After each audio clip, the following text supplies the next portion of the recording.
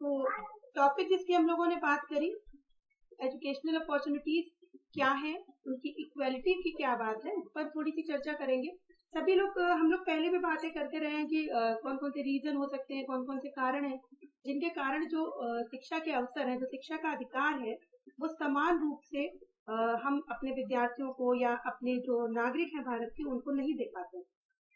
कई सारे provision constitution में भी किए गए हैं, कई सारे शिक्षा के अधिकार के अधिनियम या और सारे हम जो एक्ट हैं वो बनाते रहे हैं, कई तरीके की समितियां बनती रही हैं, सिफारिशें करती रही हैं, लेकिन उसके बाद भी कुछ कारण हैं जिनके कारण सभी लोगों को शिक्षा के अवसर जो है वो समान रूप से नहीं मिल पाए। तो कई सारे वर्ग है, उसमें स्पेशली जिन वर्गों की बात करते हैं उसमें हम डिप्राइव्ड सेक्शंस की बात करते हैं, जिसमें हम एससी एसटीज की बात करते हैं, ओबीसी की बात करते हैं, माइनॉरिटीज की बात करते हैं, उसमें हम जो फिजिकली हैंडीकैप्ड है या चैलेंज्ड लोग हैं उनकी बात करते हैं, और साथ साथ उसमें हम महिलाओं की बात करते हैं। तो ये सारी बातें हम स्टार्ट करें, शुरू करें उसके पहले आज की जो बात है उसमें हम ये देख लें कि जो असमानताएं हैं वो है किन कारणों से, क्या रीजन है। ठीक है, तो अगर हम शैक्षिक अवसरों में व्याप्त असमानताओं की बात करें तो पहला बिंदु जो हमारे सामने आता है वो है प्रांतीय शिक्षा की असमानता। प्रांतीय शिक्षा की अगर हम बात करें तो देश के हमारे जितने भी राज्य हैं, सब राज्यों में अलग अलग तरीके के बोर्ड संचालित हैं, अलग अलग तरीके का जो शिक्षण व्यवस्था है, जो परीक्षा प्रणाली है वो व्याप्त है। इन सभी कारणों से कहीं ना कहीं जो एक स्तर होना चाहिए शिक्षा का वो नहीं है। इसीलिए जब कई बार हम सीबीएसई बोर्ड की बात करते हैं, इस तरह की बात करते हैं, तो हमें लगता है कि हाँ, जो एक तरह की शिक्षा एक विद्यालय में दी जा रही है उसी तरह का पाठ्यक्रम, उसी तरह की व्यवस्था किसी दूसरे राज्य में भी, दूसरे विद्यालयों में भी दी जा रही है। लेकिन अगर हम प्रांतीय बोर्डों की बात करें तो ये असमानता जो है हमें स्पष्ट रूप से देखने को मिलती है। कई जगह पे आपने देखा होगा कि आप बायोलॉजी और मैथ्स को एक साथ ले सकते हैं, पर कहीं कहीं आपने देखा है कि नहीं, बायोलॉजी लेंगे तो मैथ्स नहीं ले सकते आप। तो इस तरह की जो परिस्थितियां हैं जहाँ पर आपको इस तरह की बाध्यता सामना करना पड़ता है कि नहीं आप ये ले सकते हैं, नहीं आप वो ले सकते हैं, कुछ एक ही चीज आप ले सकते हैं, तो ये समस्या वहां पर फेस करनी पड़ती है।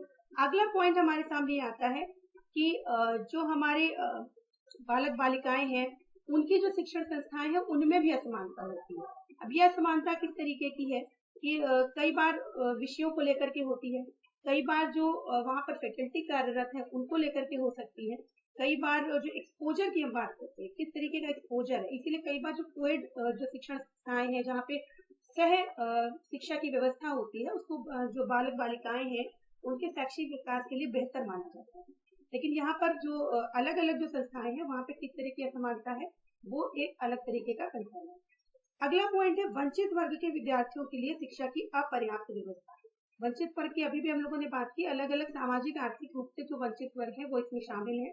अब उनकी शिक्षा की अपर्याप्त व्यवस्था का ऐसा मतलब नहीं कि सरकार के द्वारा वो शिक्षा की व्यवस्था की नहीं जा रही है, लेकिन कोई भी ऐसे कारण, चाहे उनके अपने व्यक्तिगत कारण हो, पारिवारिक हो, सामाजिक हो, जिनके कारण वो कहीं ना कहीं शिक्षा का लाभ नहीं उठा पा रहे। दिव्यांग बच्चों की शिक्षा की अपर्याप्त व्यवस्था, जो हमारी सामान्य शिक्षा प्रणाली है उसके अंतर्गत जो फिजिकली या मेंटली चैलेंज बच्चे हैं उनके लिए हम उस तरह की व्यवस्था नहीं कर पाते जैसे कि होनी चाहिए।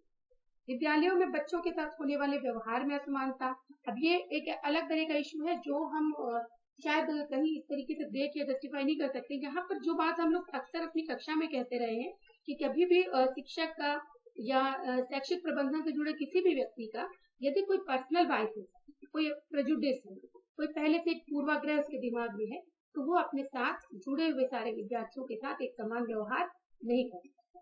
कई बार मैथ्स के उदाहरण को लेकर के मैंने बालिकाओं की शिक्षा के साथ रिलेट भी किया है कि कई बार इस तरह की टिप्पणी हम आमतौर पे दे देते हैं कि अरे लड़कियां हैं, आप मैथ्स नहीं कर सकते या आपसे तो नहीं हो सकता। तो ये जो टिप्पणियां हैं, ये जो व्यवहार की जो हमें इस तरह की समस्याएं दिखाई दे रही है, ये कहीं ना कहीं जो उनको अवसर प्रदान किए जा रहे हैं उनमें एक असमानता उत्पन्न करती है। अगला है बच्चों के परिवार के शैक्षिक वातावरण में असमानता। सभी बच्चे अलग अलग तरह के बैकग्राउंड से होते हैं। शिक्षा की जगत में आने के बाद, विद्यालय में आने के बाद अगर हम सारी चीजें उनको समान उपलब्ध भी करा पाते हैं तो जो उनका घर का माहौल है, जो उनके माता पिता का शैक्षिक स्तर है, जो आसपास का सामाजिक वातावरण है, उसमें असमानता होती है। तो ये असमानता भी कहीं ना कहीं उनके अवसरों में बाधा उत्पन्न कर दी है, या जितनी उपलब्धि वो कर सकते हैं उतनी उपलब्धि उनको नहीं हो पाती जितनी की वो हो सकती है। अब अगर हम समानता की बात करें तो भारतीय संविधान की पहले भी हम लोगों ने बात की। हम सभी लोग जानते हैं कि भारतीय संविधान ने किसी भी तरीके के भेदभाव को आश्रय नहीं दिया। किसी भी तरीके की ऐसी संस्था जो राज्य के द्वारा पोषित है, किसी तरह की सहायता के द्वारा चल रही है, वो धर्म, जाति, भाषा या लिंग के आधार पर प्रवेश देने से नहीं रोका जाएगा। लेकिन इस तरह की जो व्यवस्था है ये हमने पहले कर दिया कि राज्य द्वारा पोषित संस्थाओं के लिए है। तो जो भी संस्था ऐसी है जो निजी संस्थाएं हैं, वहां पे इस तरह का भेदभाव हमें देखने में आ सकता है। पर यहाँ पर जो हमारा कंसर्न है शैक्षिक अवसरों की समानता का, वो केवल हम गवर्नमेंट या उससे ज्यादा उसके द्वारा जो संबद्ध संस्थाएं हैं उन्हीं से लेंगे। जो भारतीय शिक्षा आयोग 1964 में गठित हुआ, उसने भी सामाजिक न्याय के लिए शैक्षिक अवसरों की समानता को बहुत ज्यादा महत्व दिया। मतलब अगर हम किसी भी तरीके का सामाजिक समरसता या न्याय की बात करते हैं तो वो बिना एजुकेशनल अपॉर्चुनिटीज को उनकी समानता के बिना जो है वो संभव नहीं है। ये संभव नहीं है कि आपने शिक्षा के समान अवसर प्रोवाइड नहीं किए और उसके बाद भी आपको सामाजिक न्याय की जो व्यवस्था है वो सुदृढ़ होती दिखाई दी। तो इस पर जो फोकस है वो भारतीय शिक्षा आयोग का भी रहा। जरूरत क्या है शिक्षा की और शैक्षिक अवसरों की समानता। पहली बिंदु की अगर हम बात करें तो है लोकतंत्र की रक्षा के लिए।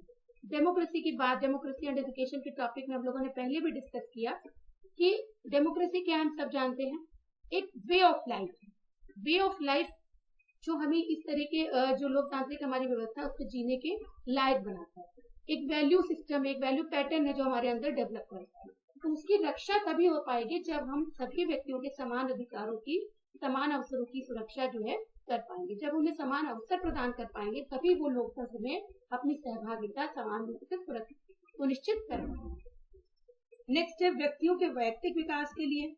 अब कोई भी इंडिविजुअल है, कोई भी नागरिक है, उसका एक अपना जो डेवलपमेंट प्रोफाइल है, जो उसका अपना एक विकास है, चाहे वो पर्सनल हो, चाहे वो आपका इंटेलेक्चुअल डेवलपमेंट हो, आपका सोशल डेवलपमेंट हो, इमोशनल डेवलपमेंट हो, उन सारी चीजों के लिए भी आपको शिक्षा के समान अवसर मिलना बहुत जरूरी है। हम सभी जानते हैं और बहुत सारे फिलोसफर्स की डेफिनेशंस को हम लोगों ने देखा है कि हमारी जो भी अंतर्निहित शक्तियां हैं उनके पूर्ण विकास के लिए शैक्षिक अवसरों की समानता जो है ये होनी ही चाहिए।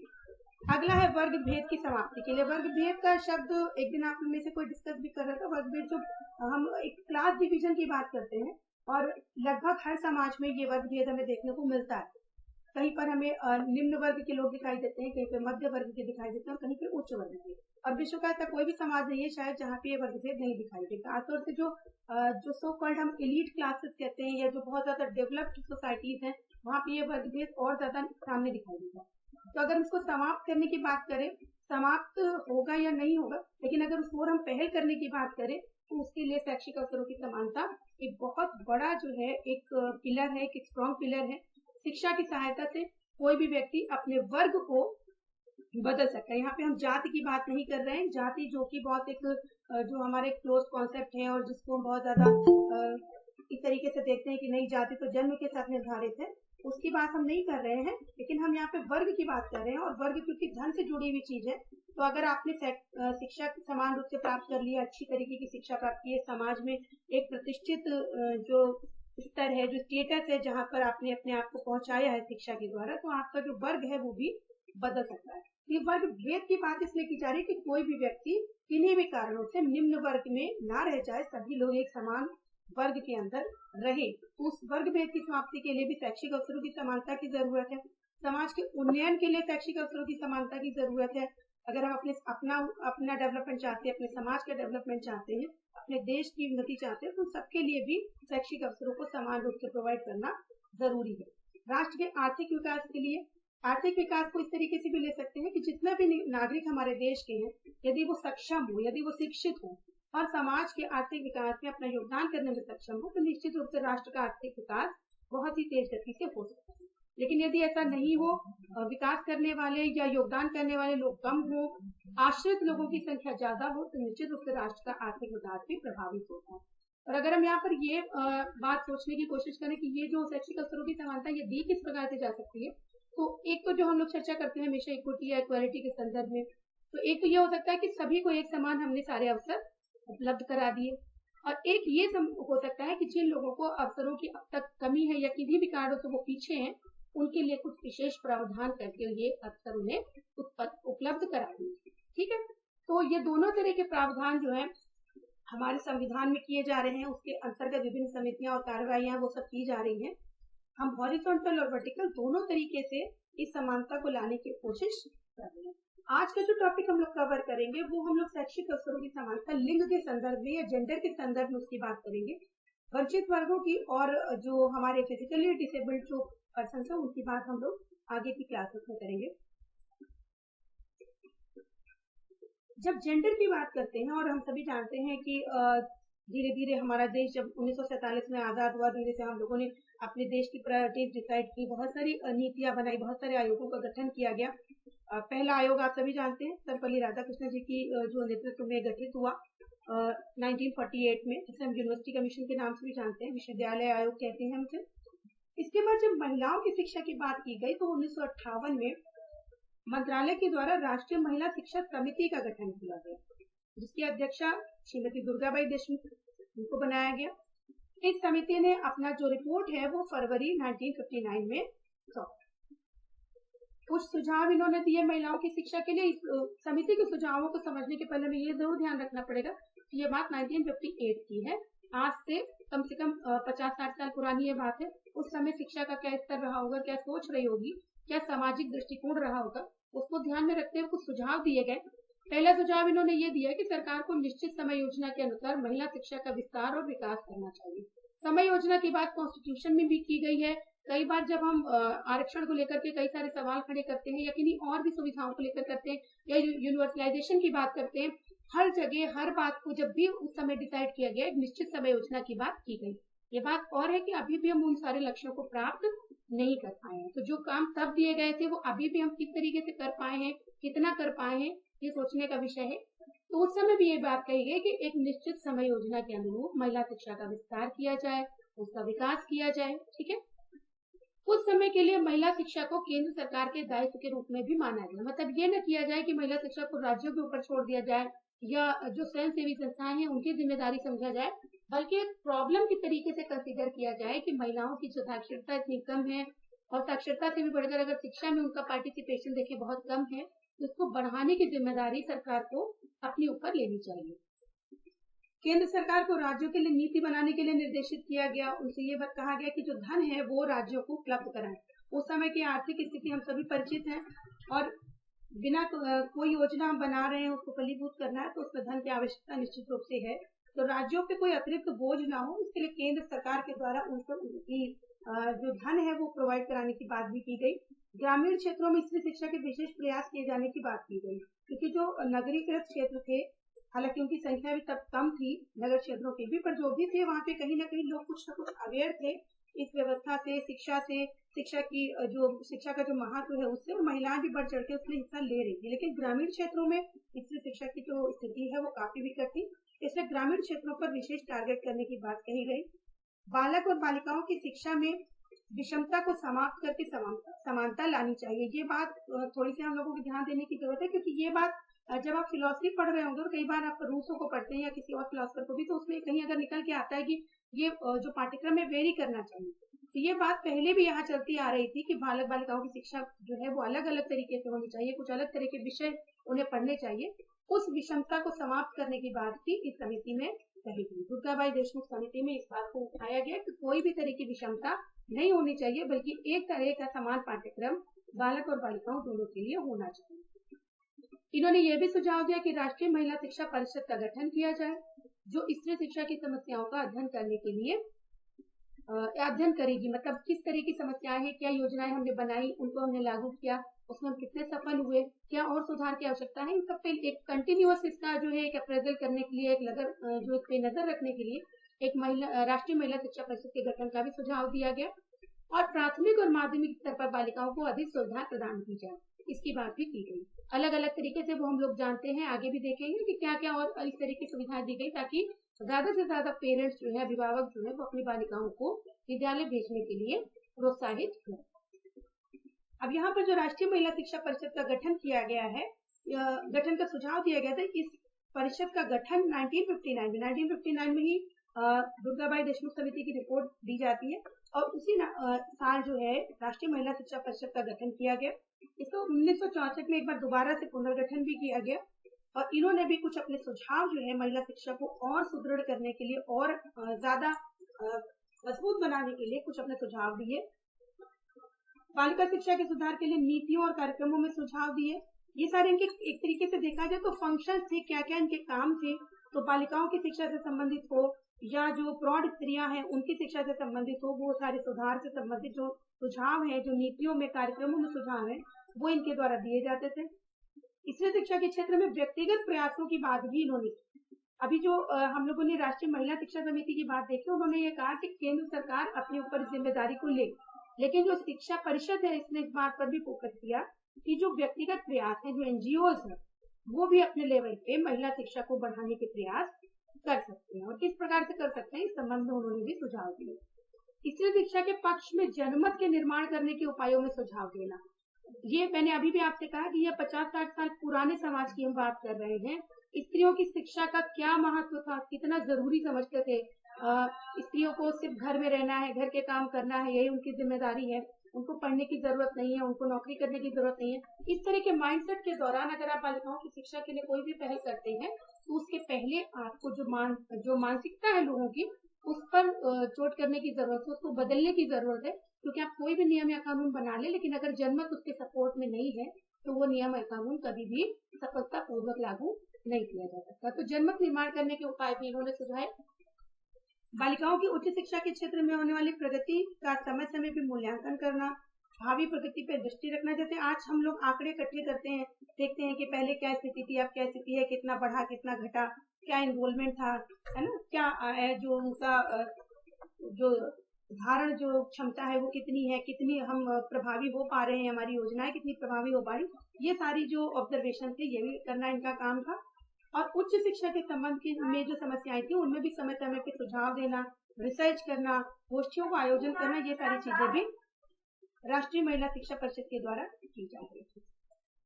इसके बाद 1962 में हंसा मेहता समिति का भी गठन किया गया। हंसा मेहता जो इस समिति की अध्यक्षा थी, उनके सुझाव के आधार पर इसमें कुछ सुझाव दिए गए। 1962 में इन्होंने अपनी जो रिपोर्ट है वो दी और इन्होंने दो बेसिक बातें अपनी रिपोर्ट में कही कि पहला तो बालक और बालिकाओं के जो पाठ्यक्रम है उसमें अंतर नहीं होना चाहिए। अब बालक और बालिकाओं के पाठ्यक्रम में अंतर नहीं होना चाहिए, ये बात अभी आपने इसके पहले भी देखी, जो पिछली समिति हम लोगों ने दुर्गाबाई समिति की बात की, उसमें भी ये पॉइंट उठाया गया। दूसरा, इन्होंने कहा कि ऐसा कोई कदम नहीं उठाया जाना चाहिए जो पुरुषों और स्त्रियों के वर्तमान अंतर को और स्थायी बना दे। मतलब पहली बात इन्होंने ये स्वीकार करी कि वर्तमान यानी कि 1962 का जो दौर है, 1960 का दशक, महिलाओं और पुरुषों में उनकी सामाजिक परिस्थितियों में, उनकी शैक्षिक परिस्थितियों में अंतर है। तो अब ऐसा कोई काम नहीं करना चाहिए ताकि ये अंतर जो है वो स्थायी हो जाए, बल्कि ऐसा कोशिश हमें करना चाहिए ताकि महिलाएं और पुरुष एक दूसरे के समान अवसर प्राप्त कर सके, एक दूसरे के समान प्रगति कर सके और देश की प्रगति में योगदान कर सके। 1962 के बाद 1964 में जो कमीशन गठित हुआ, जिसे हम कोठारी आयोग के नाम से भी जानते हैं, उसे हम भारतीय शिक्षा आयोग भी कहते हैं, उसने भी अपनी रिपोर्ट में शिक्षा के लिए बहुत सारे सुझाव दिए। कुछ वही जो आप पहले भी देख चुके हैं और कुछ और नए अपनी तरफ से उन्होंने बात कही। प्राथमिक स्तर पर बालिकाओं को अनिवार्य शिक्षा के लिए विशेष प्रयास किया जाए। अभी तक हम बात कर रहे थे कि प्राथमिक और माध्यमिक स्तर पर उनकी सहभागिता को बढ़ाने के प्रयास किए जाए, लेकिन शिक्षा आयोग की जो रिपोर्ट है उसमें अनिवार्य शिक्षा की बात की जा रही है कि बालिकाओं की जो शिक्षा है वो अनिवार्य रूप से एटलीस्ट प्राथमिक स्तर तक उनको प्रोवाइड की जाए। बालिकाओं को प्राथमिक विद्यालयों में भेजने के लिए प्रोत्साहित किया जाए। प्रोत्साहित करने का मतलब है कि यहाँ पर भी हम जो उनके पेरेंट्स हैं, जो गार्जियंस हैं, उनके माइंडसेट को चेंज करने की बात कर रहे हैं और ये कह रहे हैं कि किस तरीके से उनको जो शिक्षा है, वो शिक्षित जीवन, उसके लाभ गिनाए जाए। कई बार हम ये बात करते हैं कि जो शिक्षित माँ है वो अपने परिवार को और अपनी पूरी पीढ़ी को जो है वो जागरूक करने में सहायक है। तो ये सारी बातें कहीं ना कहीं उन तक पहुंचाना और उनको ये लाभ दिखाना कि हाँ, स्त्रियों को शिक्षित करने के लाभ हैं, तो उनको प्रोत्साहित करना कि बालिकाओं को विद्यालयों में भेजा जाए। उच्च प्राथमिक स्तर पर बालिकाओं के लिए अलग विद्यालयों की स्थापना की जाए। ये भी शायद उस समय के जो समाज है उसको संतुष्ट करने के लिए एक तरीके से, क्योंकि कोएड की एजुकेशन को बहुत ज्यादा अच्छा शायद नहीं माना जाता रहा, इसलिए उस समय भी ये बात कही गई कि जो 6, 7, 8 की एजुकेशन है, जो उच्च प्राथमिक स्तर की, उसके लिए अलग विद्यालयों की स्थापना की जाए। बालिकाओं को मुफ्त पुस्तकें, यूनिफॉर्म, अन्य शिक्षण सामग्री उपलब्ध कराई जाए। माध्यमिक स्तर पर बालिकाओं के लिए अलग विद्यालयों की स्थापना की जाए। बालिकाओं के लिए छात्रावास की व्यवस्था की जाए और बालिकाओं को उच्च शिक्षा के लिए प्रोत्साहित किया जाए। ये सारे जो सुझाव है भारतीय शिक्षा आयोग ने दिए।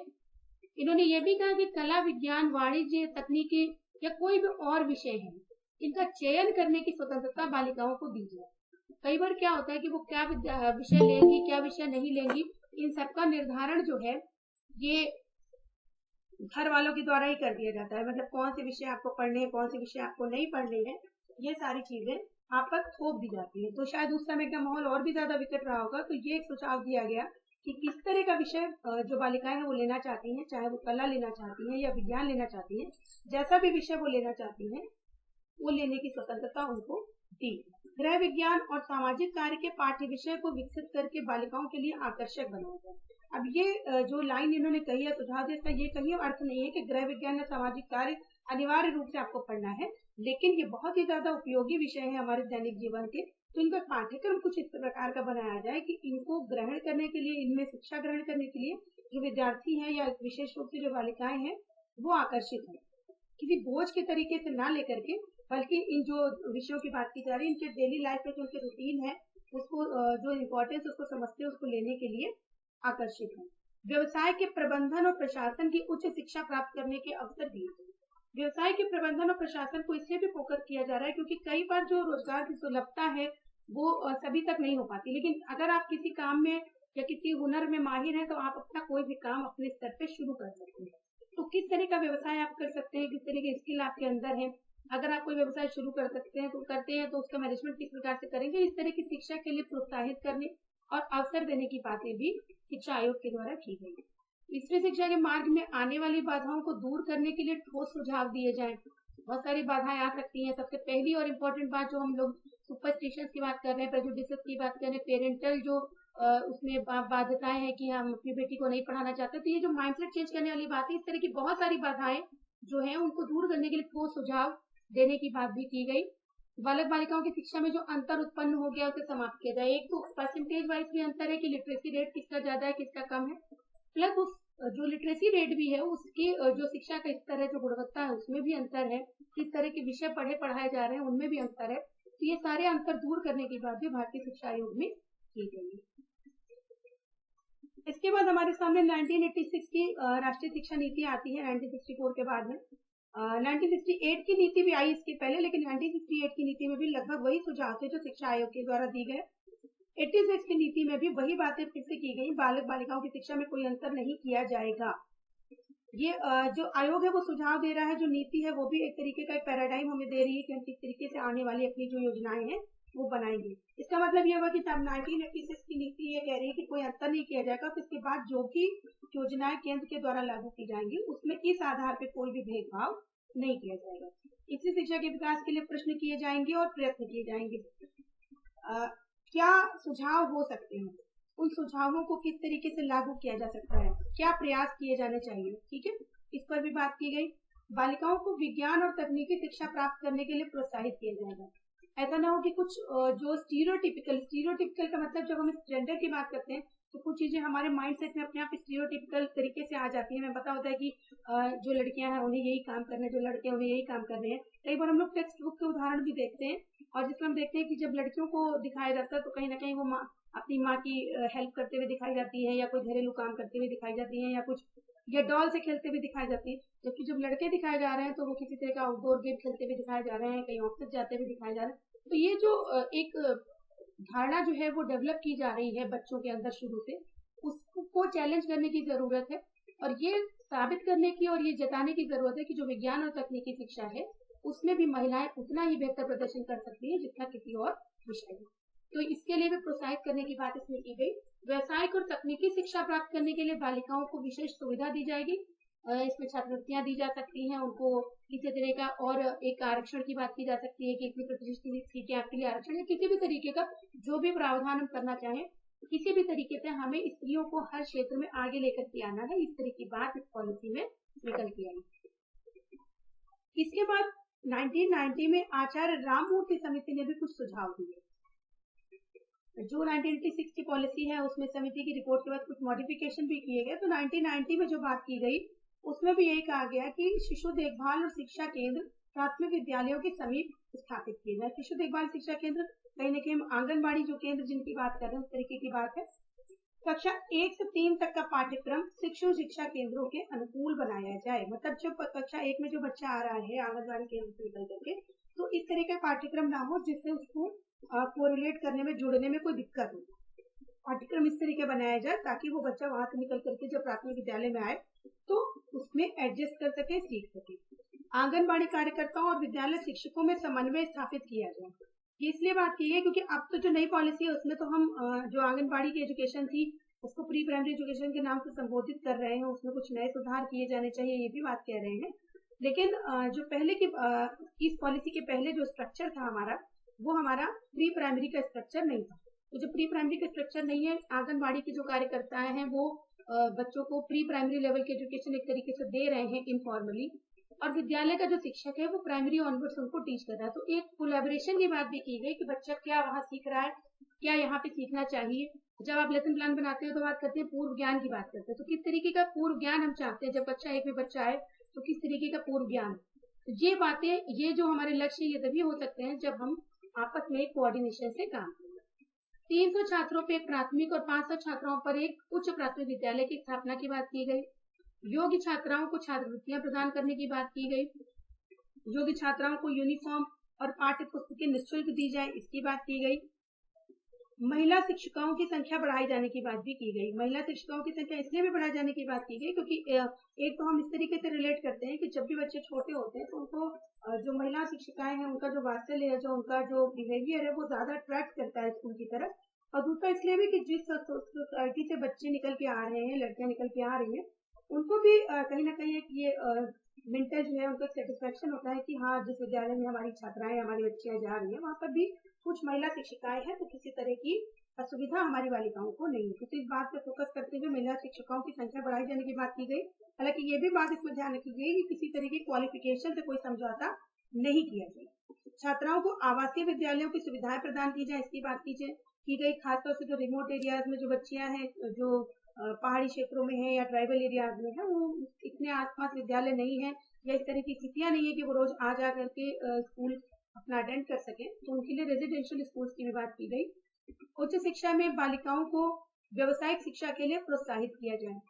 उच्च शिक्षा की बात पहले भी की जा रही है, व्यवसायिक शिक्षा की बात की जा रही है, और कहीं ना कहीं इन दोनों बातों का यही मतलब है कि आप शिक्षा ग्रहण करने के बाद जो हमारी बालिकाएं हैं, जो छात्राएं हैं, वो इतनी सक्षम हो सके कि अपनी जो जीविकोपार्जन है उसके लिए अपने आप को व्यवस्थित कर सके, अपने आप को स्थापित कर सके। ऐसा ना हो कि शिक्षा भी ग्रहण कर ले उसके बाद भी आत्मनिर्भर न हो सके।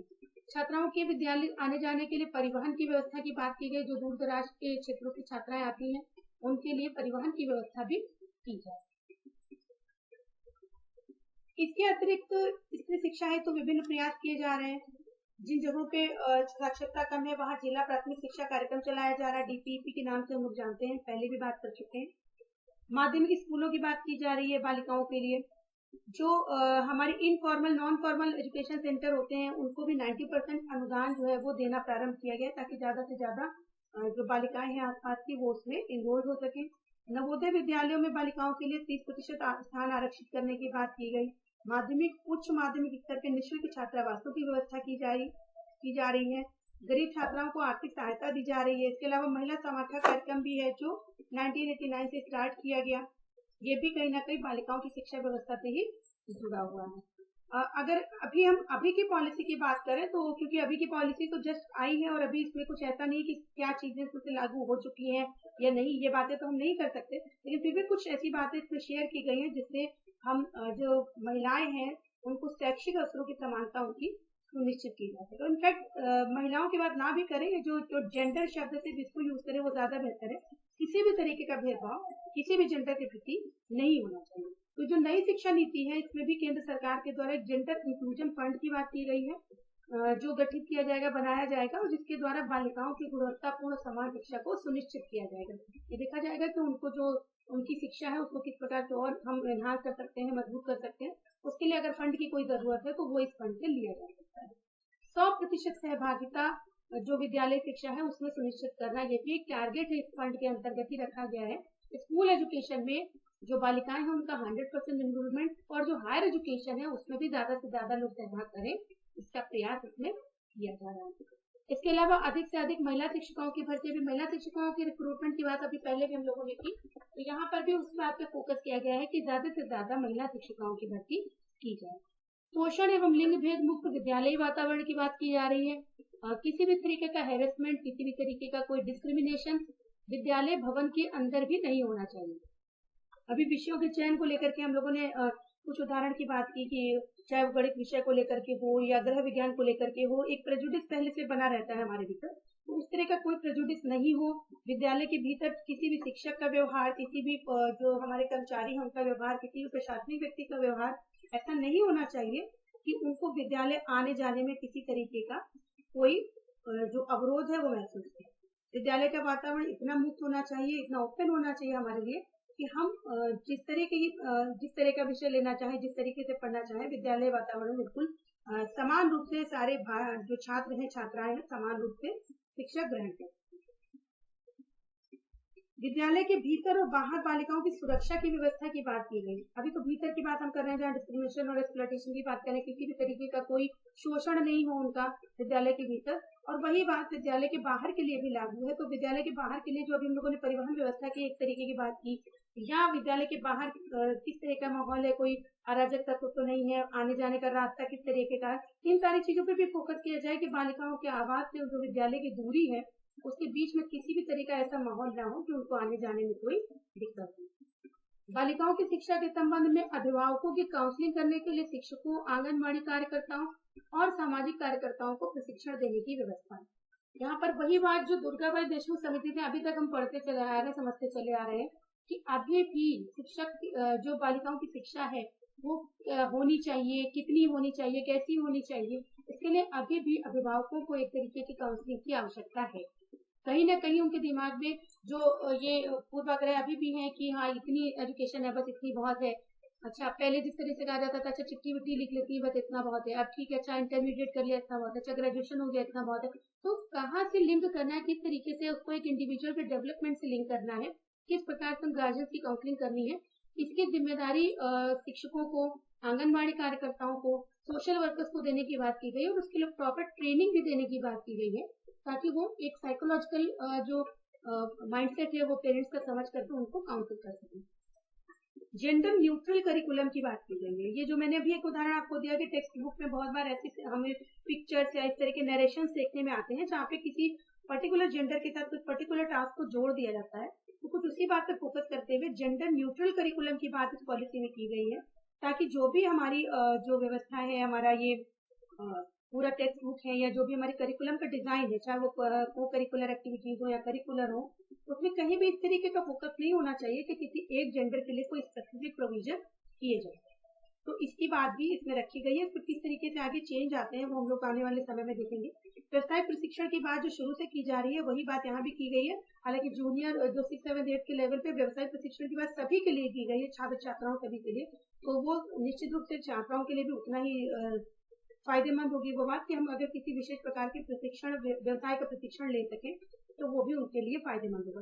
तो इस प्रकार ये कुछ प्रयास जो है हमारी आजादी के बाद से, हमारी स्वतंत्रता प्राप्ति के बाद से अब तक लगातार किए जा रहे हैं, ताकि जो हमारी शिक्षण व्यवस्था है उसमें हमारी जो महिलाएं हैं, जो बालिकाएं हैं, उनको शिक्षा के समान अवसर दिए जा सके, और इस शिक्षा के अवसरों को प्राप्त करके ये कहीं ना कहीं समाज में अपने स्तर को, अपने सामाजिक और आर्थिक और जो भी शैक्षणिक स्तर है उनका, उसमें एक अपलिफ्टमेंट है वो देखने को मिलेगा। निश्चित रूप से देखने को मिल भी रहा है।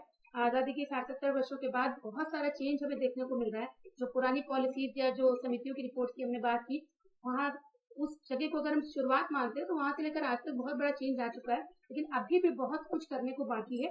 और अल्टीमेटली अब सबसे पहले अभी भी माइंडसेट को चेंज करने की जरूरत है, चाहे वो बालिकाएं खुद हो या उनके पेरेंट्स हो या उनके आसपास के जो भी समाज के लोग हैं उन सबकी बात। तो ये बात आज हम लोगों ने की